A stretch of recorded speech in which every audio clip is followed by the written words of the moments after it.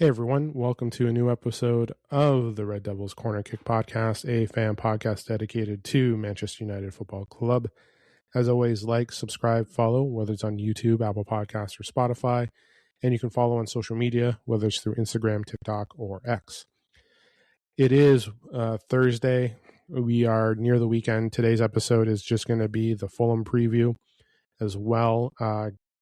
We have that game going on Sunday. I hope everyone enjoyed yesterday's Champions League, and I hope everyone was watching the Benfica Real Madrid game as well. But let's focus on the task at hand. We are playing Fulham this weekend. It is the second go around. First time we did draw. Listen, as much as we are happy with the last two wins against Arsenal, against Man City, it's these types of games that you have to be concerned with. Because again, the way the squad can be, the way the personality is, they like to play against big teams. Again, it's not just some of these players would like to show up against the big teams, but consistency has not been the word to use to describe Manchester United, obviously for the last 10 years, but especially this season. Listen, there are times where we have given up goals and we have fallen apart, especially last year when we had that. This year, we still fight back. We try to get the win, but sometimes we're settling with a draw. But this weekend, obviously, it's a completely different story. Different manager, different formation. Even just different sets of players are going to be away from that game. Well, just looking at the lineup before, obviously we're the 3-4-3. Bayender is in net. We're going to have 70 Lemens there. Shaw will be doing my lineup predictions. Shaw was in that game. Hint, he will be in this game as well. De Ligt, Yoro. Yoro was a starter. He will be coming off the bench. De Ligt is still injured. Ahmad, yes. Dorgu is now out for the next 10 weeks minimum. Could be back sooner, but he is out for at least 10 weeks. Bruno, the formation's changed as well. The good old 4-2-3-1. That's the formation that we're going with. And then you had Mbeumo, Cunha, and Mount. Mount will be coming off the bench because, again, he hasn't made any starts. But we're at that point of the season where we're not playing many games. So rotation is at a minimum, to say the least. But the way the game went the last time we played them, we didn't score a goal offensively. It was our second game in. We still hadn't scored a goal with the purchases that we made. We had Cunha and Mbeumo that had just signed. You had them starting. They weren't able to score. The team was still getting used to each other. That's the thing. You're still getting familiar with everything that's going on. But the team did start slowly building and building and building. And obviously, things have changed. Manager's gone. We had a short-term manager. And then you had the interim, which is now Michael Carrick. It is great that we have won 2 games. It's great that we've beaten City. It's great that we're beating Arsenal. At the end of the day, it means nothing unless we do what we do in this next game. We have to perform. We have to show up. We have to be able to play to our best. And has Manchester United been doing that? Well, no, because again, with the managers before Carrick, you had Darren Fletcher, who lost and drew a game. And then you had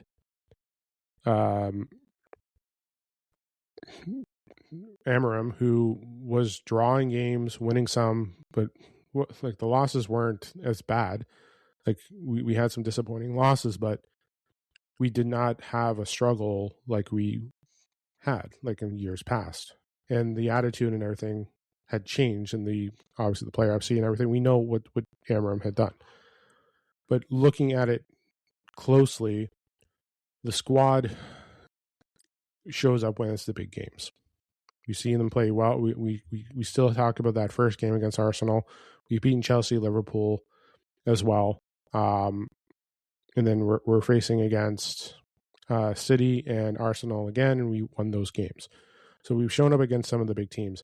Some of the games where we have given up goals quickly in the past, we would drop quickly and lose those games. These ones here, we're coming back and drawing them. And yes, there are struggles. We had injuries. We had players away. which people like to ignore because they assume that the roster that we've had previously, like that we would have, was strong enough to face some of those teams, which they weren't. The rosters were there and there were struggles. I always go for the win, as I always say, but there were struggles in those games.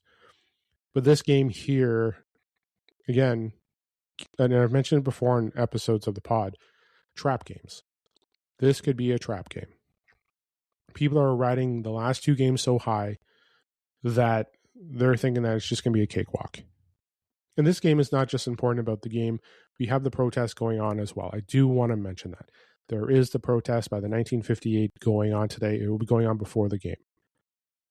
And I do wish the success of the protest and everything that's going on. That I really do. Because it means a lot to the club. It means a lot to the fans that are trying to get the club back to what it used to be. But we are in those struggles, but we still have a game to play. And I hope the players respond to those fans showing the support like they do. Because the one thing, too, is we also need the player support in this event as well. And I'm not asking the players to turn their back or anything on like the managers or whatever going on, but to show the support to the fans that the players hear you in a way. That we're here, we're doing this for you. Like the fans want to turn the club back to the days where the club is being ran well, no debt, nothing is going on. And right now we're wondering, is that potentially possible? But we know what's happening, what the challenges are. We're not going to be getting any transfers. There's going to be talks, so on and so forth. I noticed that Raheem Sterling was let go from Chelsea. I made a comment too, as well as that, hey, maybe they're going to go for a Manchester United. Wouldn't surprise me because we tried to go for him last year as well. But again, we're here with a blank transfer window. We're not going to get anyone. There's no one there. We're going to hear the spin of, well, we tried, but there's nothing available for the long-term future, air quotes, so on and so forth. We know what the bullshit's going to be. It's there. But again, the whole thing and that bullshit that I'm mentioning is why we're in the 58 protesting. The way the manager model is working, the debt, the Glazers, everything that's going on right now, how the club is being run has been affected, is being protested. And it's showing. So and I know there's talks of, we just beat two teams in a row, we shouldn't do the protest. The protest still needs to stand. And I will be honest with you, I was one of those people at the beginning of the season to hold off the protest because, again, it was the start of the season. We had to see what was going to happen. We had to see if there's going to be a change and everything. Obviously, I got blinded. I'll admit it. I'll say it. And I knew the team needed time because, listen, the one thing too is I knew the team needed time. I knew they needed a project and it had to build. And I knew what the quality was. As much as we had the additions, there were still, we still had pieces there that still affected how the club was going to turn out, especially on game days. But now when we look at it, when you hear everything that happened behind the scenes, and it's up to you and how you interpret it. But realistically, we saw what happened behind the scenes. Having them come out and say we didn't plan on sacking him, well, then you shouldn't have sacked. Like, we're hearing a lot of stories and a lot of spins too. Remember, the manager won't come out and say anything because they can't say anything for a bit. They can't do anything at this time. But the manager spin is there. We know what the board is doing. We're hearing whatever. We're hearing whatever's being said, especially by some members of the Athletic and some other news outlets. We're hearing like the spins. And we've heard many pundits come back out and question this ownership and everything. That's how it's being handled, which is great. That's what we'd like to see. And we've seen some comments from ex-players and so on and so forth. Obviously, Rio, we know the whole Scholes, Rio, Neville, Keane, those guys, everything that's going on, cool. Sorry, I forgot Nicky Butt as well. But realistically, when we look at it, there's struggles here, and we know what the spin is. But I do wish everyone that's going to the protest again on Sunday all the best. I really do. I hope it is a turnout. From what I've been reading and reporting, 5,000 to 6,000 fans going to be in that protest. And I hope everything works out well. But going back to the game, we have to realize that we have to close out the game.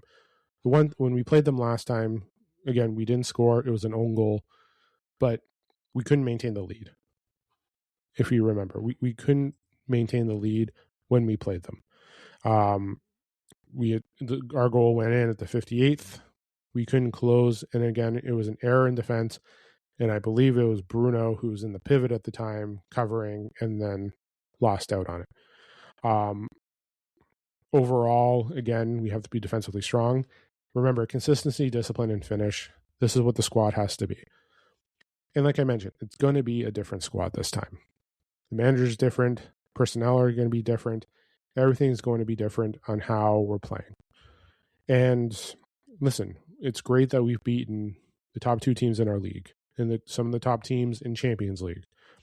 But realistically, that doesn't mean anything with the result that we come out with on whatever the result is on Sunday. We come out with. Again, I'm always going for the win, and I'm hoping it is a win. But realistically, if we come out with a loss, and this is why I'm saying it's a trap game, because everyone is riding so high.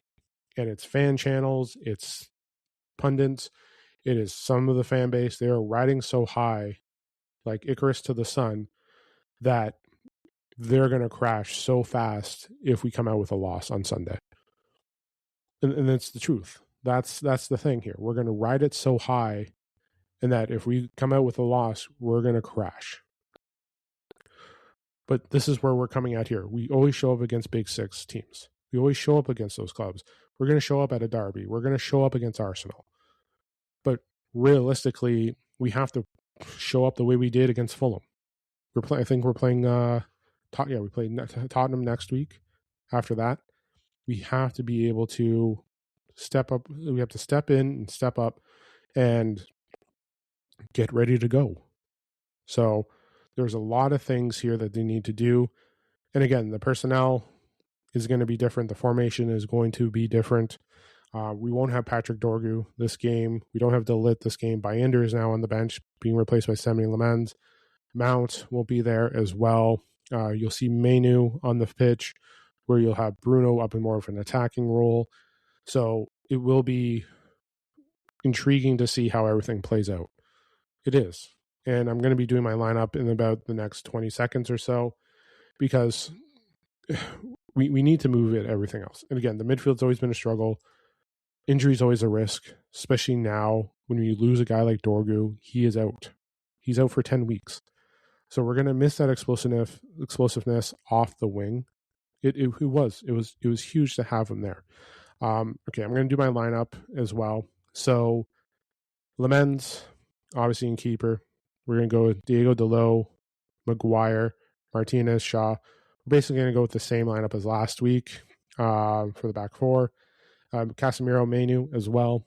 Continue that going on. They have played well together. Now can they do it against Fulham, Ahmad, Bruno, and Buemo as those three? Remember, we have no Dorgu. As I was mentioning, losing him does suck. It hurts.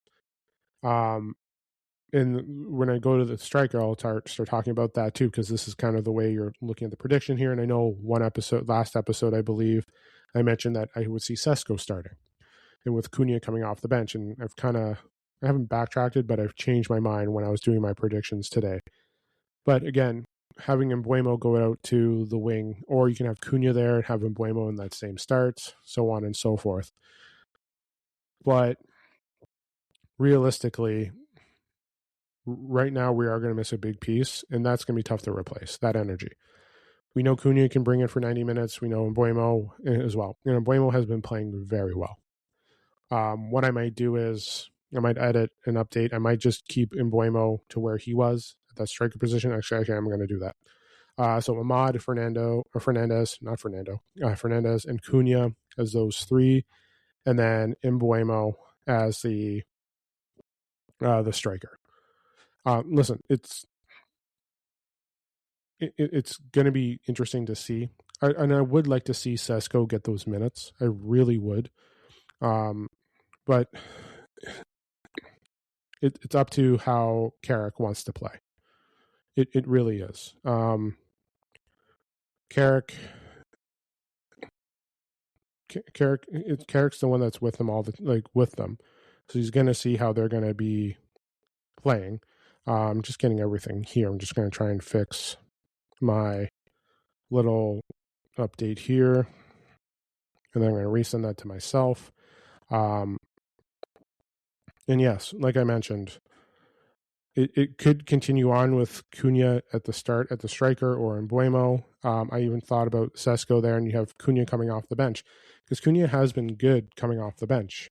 You saw the goal, you saw the winner, but in this case here, that now that Dorgu's out, do you push Mbeumo back to the wing, or do you go to Cunha on that wing? So I think I'll keep Mbeumo where he is.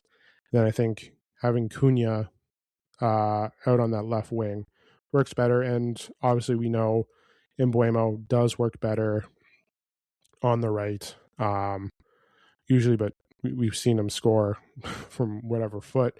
But we have to make sure the attack is there, and it's going to be interesting to see that attack with Ahmad, Bruno, Mbeumo, and Cunha. It's an attack that I know a lot of people are going to be thriving for. So right now, we got to go for the win. We always do. It's great that we're in a Champions League position. Like I said, I've said it before. It's great what we are now, but at the end of the day, if we're losing out on it at the end of the season, I don't give a shit that we were in fourth now. I give a shit we're in the fourth at the end of the season or third. There's still plenty of football to go. There's still plenty of screw-ups that could potentially happening. I'm not saying Carrick's going to go undefeated for the final games, but we're at a point where we're like, well, shit. Like, it's great that in February or end of January that we're sitting onto that Champions League spot, but that's not guaranteed. We can lose out on that tomorrow or on Sunday. We have to be able to close it out, and we have to play well. And yes, we're going to have to rely on other people, like losing games and other opponents that we need to win to drop those in front of us down as well. Yes. Sorry to say, but that's the nature of sports. Like, we always require, someone's always got to win, someone's always got to lose. But obviously in our position here, we're hoping that some teams do lose and some teams help us out and so on and so forth. But we cannot struggle. We cannot, we have to show up. That's the thing. And it's great that we've won against two teams. It is. But Fulham can play us well. Let's remember that, ladies and gentlemen. We have struggled, and I remember that in the first episode. If you want to listen to it, you can. But this is we have struggled with Fulham. We've seen what they can do. They have beaten us. We have had our problems with them, especially when we've gone onto the road to their end. We have struggled there, and we can struggle today on Sunday. I'm going to get my days right. I'm sorry, but we can. It's not going to be easy what we're doing. Like, we have to be consistent, and we have to show. Once we get those spaces, we have to be able to control it. One thing I would like to see Kobe Mano do, if he is given the highway, take the ball up. Casemiro sometimes carries the ball up. Maguire will carry the ball up. Don't do these back passes or anything. This is not just to Manu, it's the whole squad. If you see the lanes, take it. Because if they're giving it to you, take advantage of it, because we're going to find someone open. Again, you give Cunha space, he's going to score. You give Mbeumo space, he's going to score. You give Bruno, Ahmad, you give those spaces for players to get their shots off, we're going to score. Fulham has beaten us. Let's not hide that.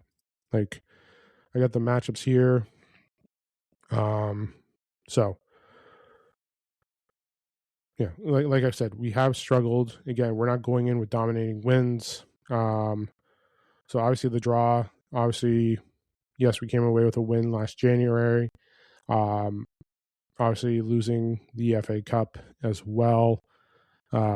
We had that struggle. So just give me a moment here.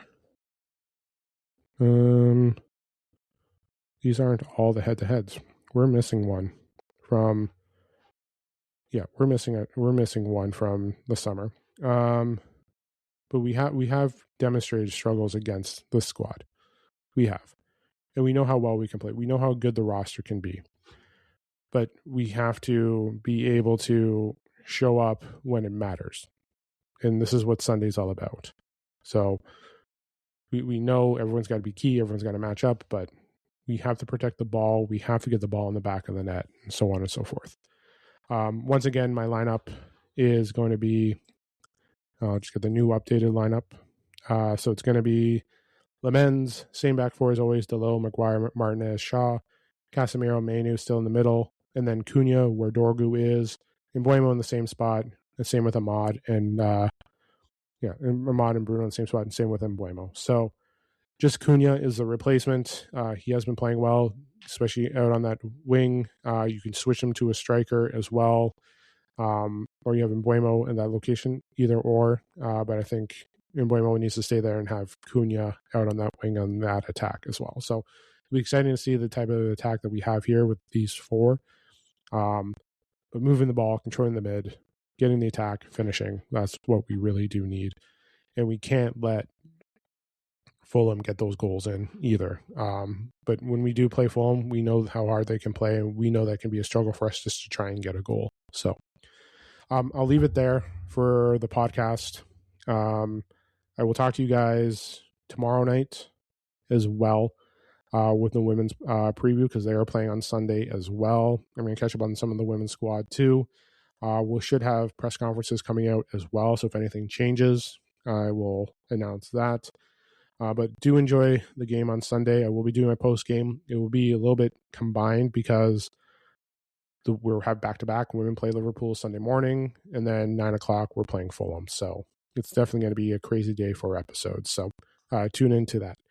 But yes, enjoy the rest of your Thursday. Enjoy your Friday. Enjoy your weekend. Enjoy the matches. And also don't forget to like, subscribe, follow YouTube, Apple Podcasts, Spotify, and as well as Instagram, TikTok, and X for my social media. This is the Red Devils Corner Kick Podcast. Glory, glory, Man United.